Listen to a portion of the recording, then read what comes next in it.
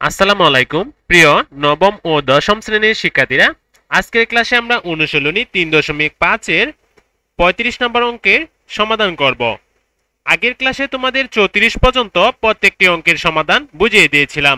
যারা ক্লাসটি দেখোনি তারা এই চ্যানেলে প্লেলিস্ট সাজানো আছে, সেখান থেকে দেখে নিও। চলো তাহলে আমরা 35 নম্বরের সৃজনশীলের অঙ্কটার সমাধান করি। ডাকে বলা আছে বনভোজনে যাওয়ার জন্য একটি বাস 2400 টাকায় ভাড়া করা হলো এবং শর্ত হলো প্রত্যেক যাত্রী সমান ভাড়া বহন করবে। 10 জন যাত্রী না আসায় মাথাপিছু ভাড়া 8 টাকা বৃদ্ধি পেল। এবার এখানে তিনটি প্রশ্ন রয়েছে। ক নাম্বার ডাকে বলছে মাথাপিছু বর্ধিত ভাড়ার পরিমাণ না আসা যাত্রীর সংখ্যা শতকরা কত তা নির্ণয় করো। চলো আমরা শতকরা কত তা নির্ণয় করে ফেলি। তো ডাক অনুযায়ী আমি লিখে নিলাম মাথাপিছু বর্ধিত ভাড়ার পরিমাণ না আসা যাত্রীর সংখ্যা 8/10 ইন্টু 100%। তো এটাকে যদি আমরা 10 দ্বারা 100 কে ভাগ করি তাহলে এখানে 10 পাবো। আবার এই 10 দ্বারা যদি 8 কে গুণ করি তাহলে আমরা পাবো 80, মানে 80%। সুতরাং মাথাপিছু বর্ধিত ভাড়ার পরিমাণ না আসা যাত্রীর সংখ্যা 80%। এবার আমরা খ নম্বরের ডাকটা দেখে নেব। খ নম্বরে বলছে বাসে যাওয়া যাত্রীর মাথাপিছু ভাড়া নির্ণয় করো।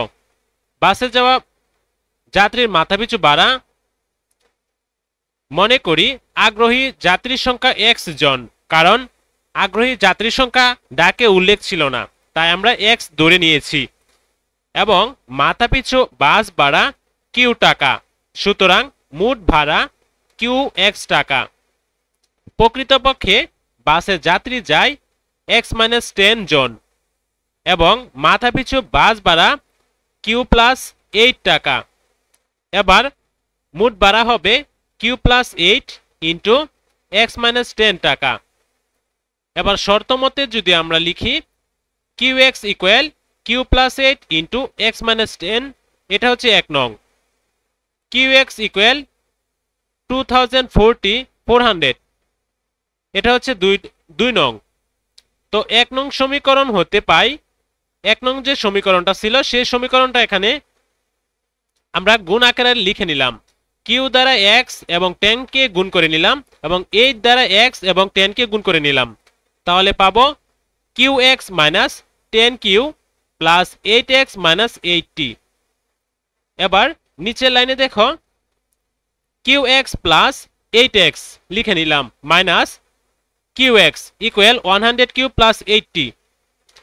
এবার 8x টাকে এ পাশে রেখে দিলাম, আর এখানে মাইনাস qx আর এখানে প্লাস qx কেটে দিলাম।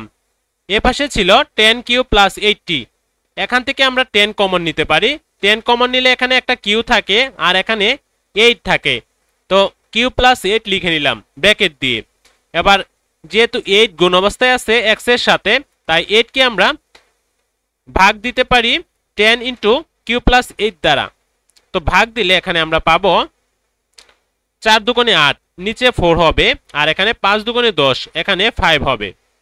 আমরা 2 এর নামাতা দিয়ে কাটাকাটিটা করেছি, আর এখানে 5 ইন্টু q প্লাস 8 ডিভাইডেড 4।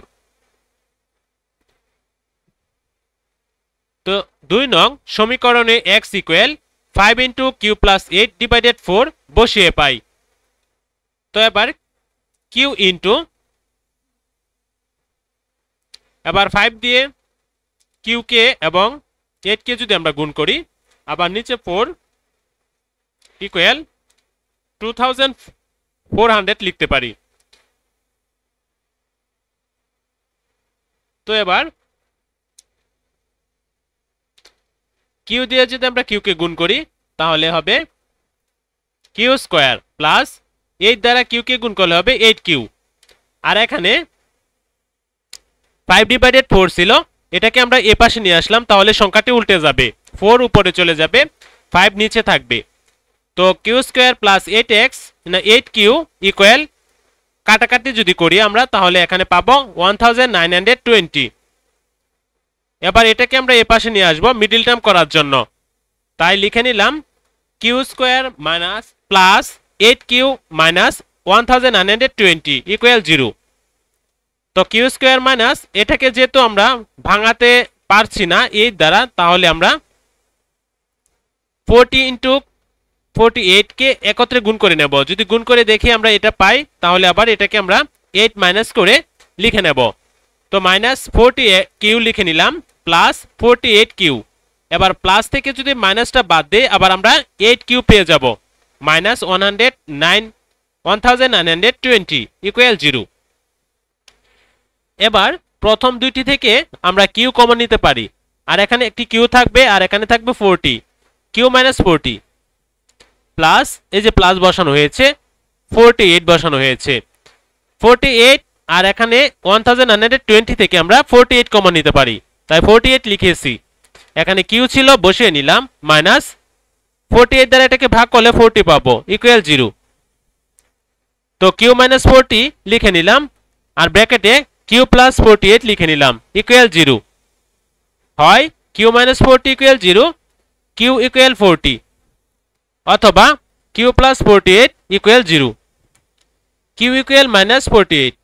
এটা যেহেতু গ্রহণযোগ্য নয়, তাহলে আমরা কিউ ইকুয়াল 40 এটাকে আমরা গ্রহণযোগ্য নিতে পারি। তো বাসের যাত্রী মাথাপিছু ভাড়া 40, আর এখানে 8 ছিল, এখানে কিউ প্লাস 8 থাকাতে কিউ এর মান 40 বসিয়েছি, 40 সাথে 8 যোগ করলে হবে 48 টাকা। বাসের যাত্রীর মাথাপিছু ভাড়া ছিল 48 টাকা। আশা করি সম্পূর্ণ অঙ্কের সমাধানটা বুঝতে পেরেছ। এবার আমরা গ নম্বরের ডাকটা দেখে নেব। গ নম্বরে বলা হয়েছে বাস ভাড়ার সমপরিমাণ টাকা 5% হার মুনাফায় 13 বছরের সরল মুনাফা ও চক্রবৃদ্ধি মুনাফার পার্থক্য নির্ণয় করো। চলো এটার সমাধানটা করে নিই। তো ডাক অনুযায়ী লিখে নিলাম মূলধন পি সমান 2400 টাকা, সময় এন 13 বছর, এবং মুনাফার হার ছিল 5%, এটাকে আমরা 5/100 টাকা লিখতে পারি। তো সরল মুনাফার ক্ষেত্রে আমরা এই সূত্রটা প্রয়োগ করব, আই ইকুয়াল পি এন আর।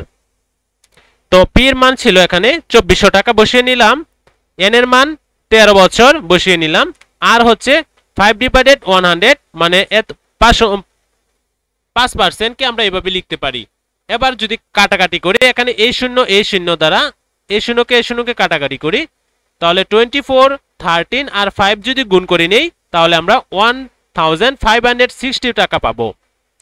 এবার চক্রবৃদ্ধি মূলধনের বেলায় আমরা চক্রবৃদ্ধির যে সূত্রটা ছিল C equal P into 1 plus R power N লিখে নিলাম। এবার পি এর মান 2400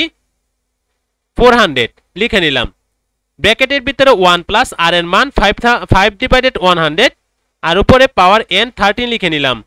আবার 2400 লিখে নিলাম ইন্টু, এটাকে যদি ভগ্নাংশ করি তাহলে 100 প্লাস 5 নিচে 100 থাকবে, আর উপরে পাওয়ার 13 লিখে নিলাম।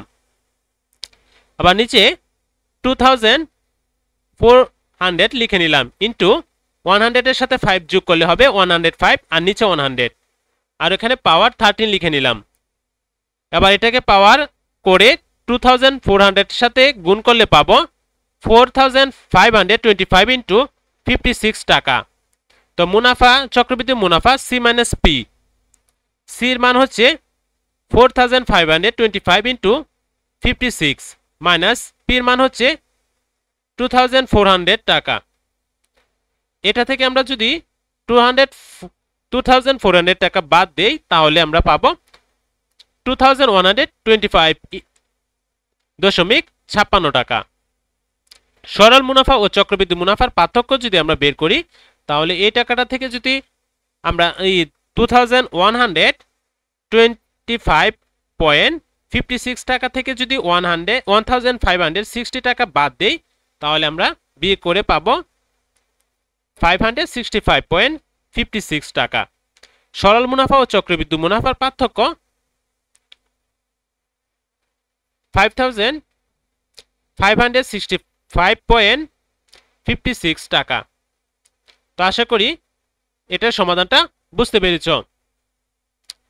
তো প্রিয় শিক্ষার্থীরা, আজকের ক্লাসে তোমাদের 35 নম্বর সৃজনশীল সমাধান বুঝিয়ে দিয়েছি। পরবর্তী ক্লাসে 36 নম্বর থেকে শুরু করব। তো পরবর্তী ক্লাসের আমন্ত্রণ জানিয়ে আজকের ক্লাসটা এখানে শেষ করলাম। সবাই ভালো থাকো, সুস্থ থাকো, আল্লাহ হাফেজ।